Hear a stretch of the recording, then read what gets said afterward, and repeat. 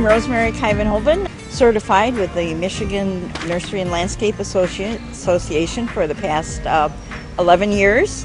And what I'd like to share with you today are some of the absolutely gorgeous colors that you can incorporate into your landscape, especially if you have those more troublesome spots, the east side or the north side of your house. This is Bixby. This is only going to take about 3 feet in space, but it just gives you this enormous amount of color. The blossom lasts a week or two. The foliage will last all year round. Rhododendron. We have pinks. We have purples, lavenders. This is a red. That's another purple with a little different center in it. We also have azaleas. In general, the azaleas stay anywhere from 2 feet to 4 feet. They blossom a little bit earlier than most of the rhododendrons, but then we have rhododendrons that will start, the Baden-Baden starts blooming early spring, that gets about 3 feet. We have the Nova Zembla, that's that red one, that's going to get about 5 feet. So you have all kinds of color, all kinds of uses for it, and sometimes people are afraid of rhododendrons and azaleas because they don't know how to take care of them. And location is probably the most important thing.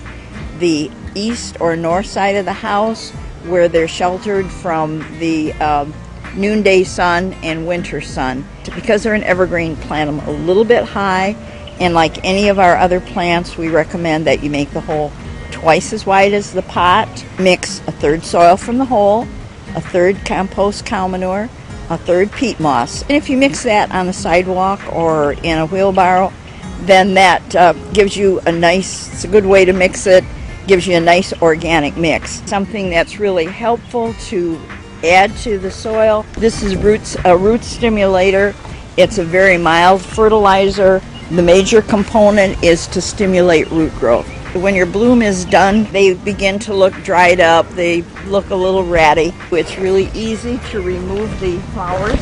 Just bend that little center out, and that helps keep the plant fuller. You just go down to the base, right down there to the base, and just gently bend. You don't need any tools, and then you'll have these, you should have these, be careful not to knock off those 2 little buds. That increases new growth for next year. Summer care is basically keeping them watered regularly. They don't want to stand in water, but check and make the soil, sure the soil is moist. If you put some wood mulch around the base, then that helps keep the moisture in. It keeps weeds down, so it makes it easier for your job. Come winter, there is a little more protection needed because these plants keep their leaves on for the whole winter. They're exposed to the drying effect of cold and wind, so there's a couple ways to protect them. There is a spray, easy to apply. It's called Cloud Cover. Around Thanksgiving time, just put that, just douse the plant with it. What it does, it coats the leaves so that keeps them from drying out. All of our azaleas and rhododendrons are grown here in Michigan, so they're acclimated to our climate and are going to fit into your landscape much more easily. They don't take a lot of fertilizer, but the kind they take is very specific. You want an acidic fertilizer, and it's best applied in the fall. And they do enjoy a somewhat acidic soil, and if you don't know if your soil is acidic, bring in about a half a cup of soil in a baggie, and we'd be happy to check it for you. The pH should be somewhere between 4.5 to 6. Hopefully this will give you some confidence in trying something new. There's just so many exciting colors, and the blossoms are just awesome. So we hope you'll give it a try.